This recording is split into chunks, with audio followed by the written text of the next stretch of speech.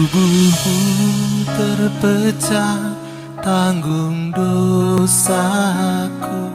Pengorbananmu Yesus menyelamatkanku.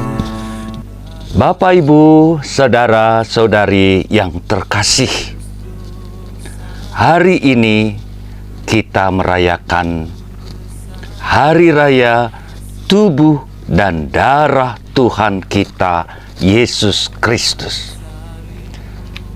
Tentu pesta ini pesta yang luar biasa, yang sangat berarti, luhur, mulia, dan boleh dikatakan sangat mahal.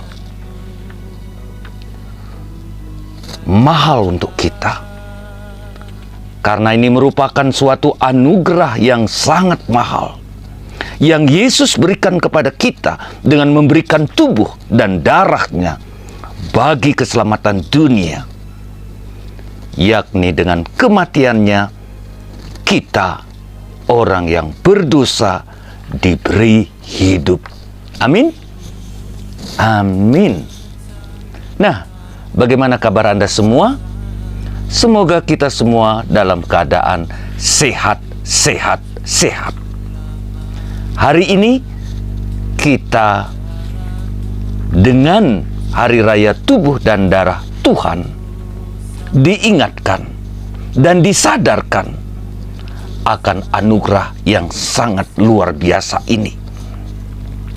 Sehat-sehat ya, tetap semangat, tetap beriman, dan tetap berpengharapan akan Tuhan kita, Yesus Kristus, yang telah bangkit dan telah mengutus rohnya dan tinggal di antara kita.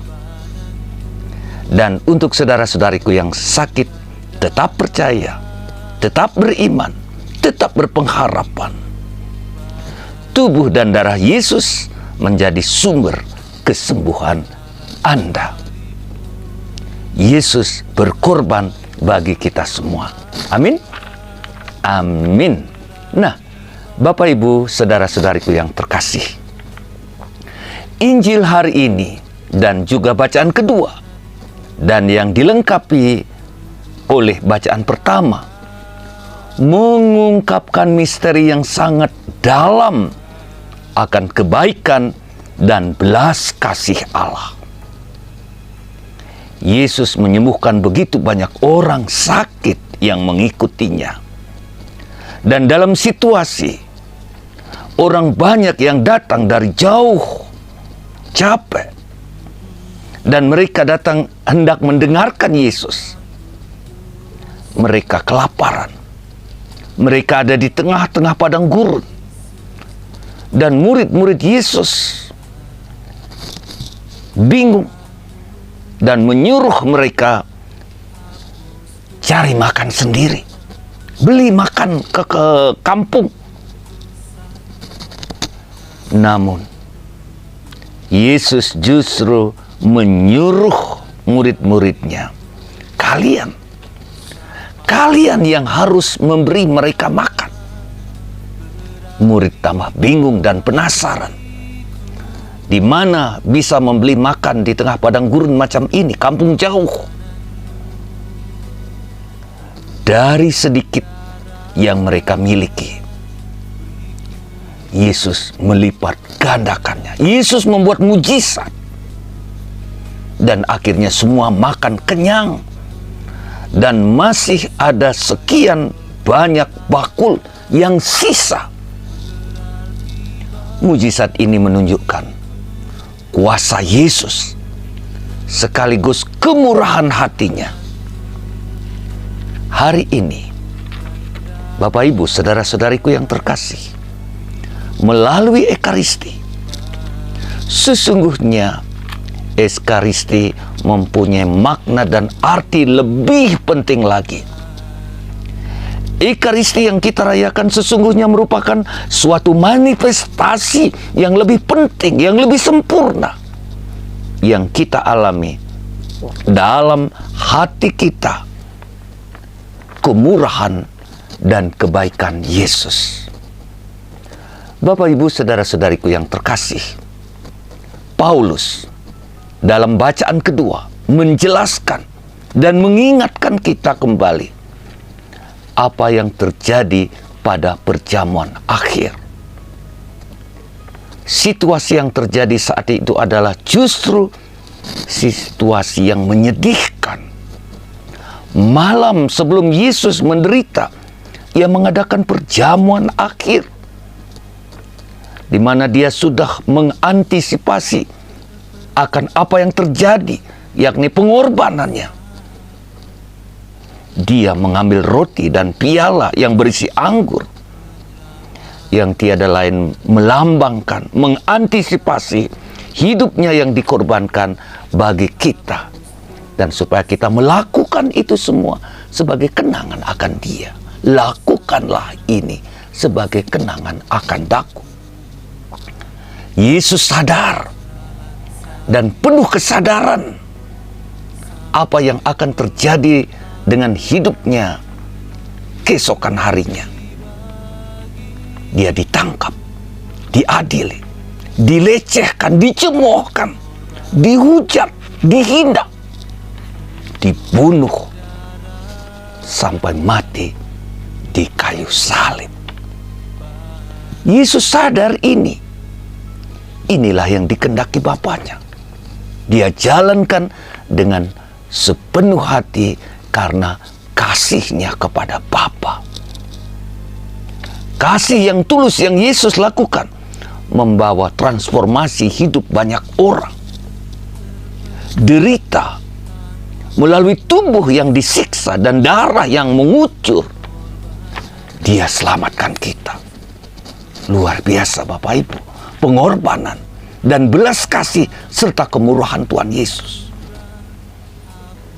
Begitu kita menerima tubuh dan darah Kristus dalam Ekaristi, roti yang kita terima tiada lain adalah hidup ilahi, hidup Kristus yang menyiapkan kita kepada kerajaan kasih, kerajaan Allah, di mana kita akan berkumpul bersama.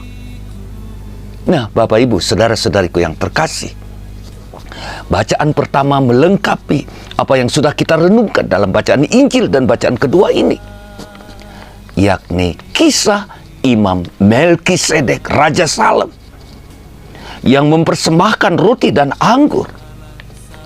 Melkisedek adalah seorang imam Allah. Dia adalah imam Allah. Kalau kita hubungkan apa yang dilakukan Melkisedek dan apa yang terjadi dalam institusi Ekaristi dan dalam Ekaristi yang kita rayakan saat ini, kita mengerti Yesus pada perjamuan akhir bertindak sebagai imam. Nyatanya, Dia mempersembahkan hidupnya, kurban yang sempurna. Hidup seperti anak domba yang dikurbankan, yang disembelih. Melalui pengorbanan itu, Dia telah menaburkan kasih bagi semua orang dan keselamatan bagi seluruh dunia. Kurban Yesus adalah kurban yang sempurna, bahkan paling sempurna. Kalau kita melihat kurban binatang merupakan kurban yang belum sempurna. Karena yang dikurbankan tidak sadar apa yang dia lakukan. Sementara kurban Yesus begitu sempurnanya, karena dia sadar akan apa yang dilakukannya. Binatang yang dikurbankan tidak sadar akan pengorbanan dirinya, karena itu belum sempurna. Kurban binatang dalam perjanjian lama disempurnakan oleh kurban Yesus.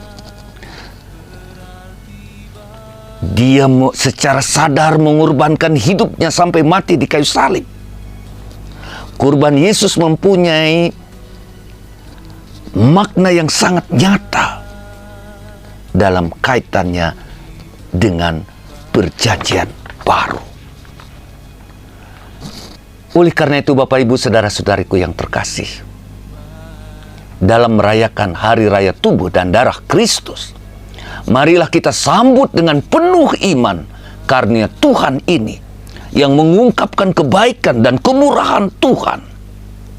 Terimalah dengan penuh syukur, namun sekaligus ajakan bagi kita untuk bersaksi dan bertindak seperti Dia, murah hati dan penuh belas kasih bagi semua orang.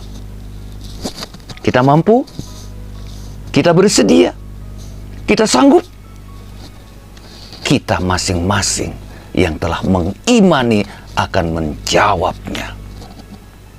Bapak Ibu saudara-saudariku yang terkasih, dalam Ekaristi kita mesti aktif ikut ambil bagian, berpartisipasi secara aktif. Kita tidak boleh pasif, hanya menunggu, hanya ikut. Kita harus ikut mengambil bagian dalam merayakan Ekaristi.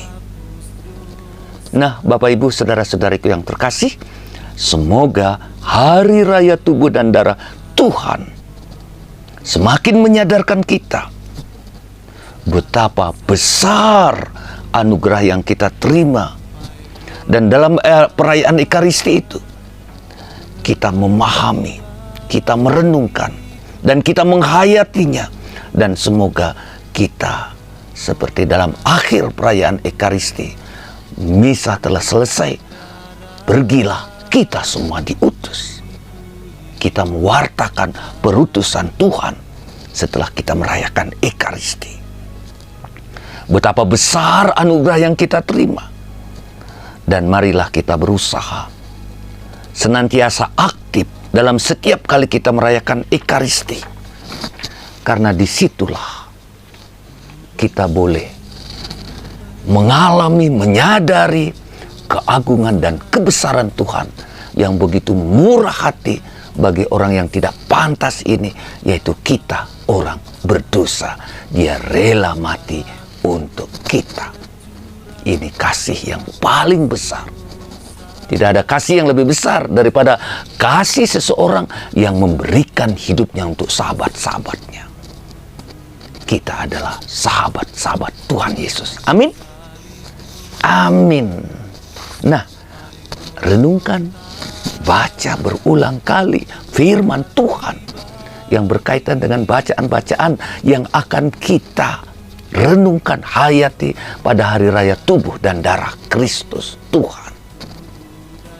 Salam Pater Agus Inyoman Murtika SPD, Domus Orationis Arnoldi, Batu, Malang. Tuhan memberkati kita semua. Amin. Berarti bagiku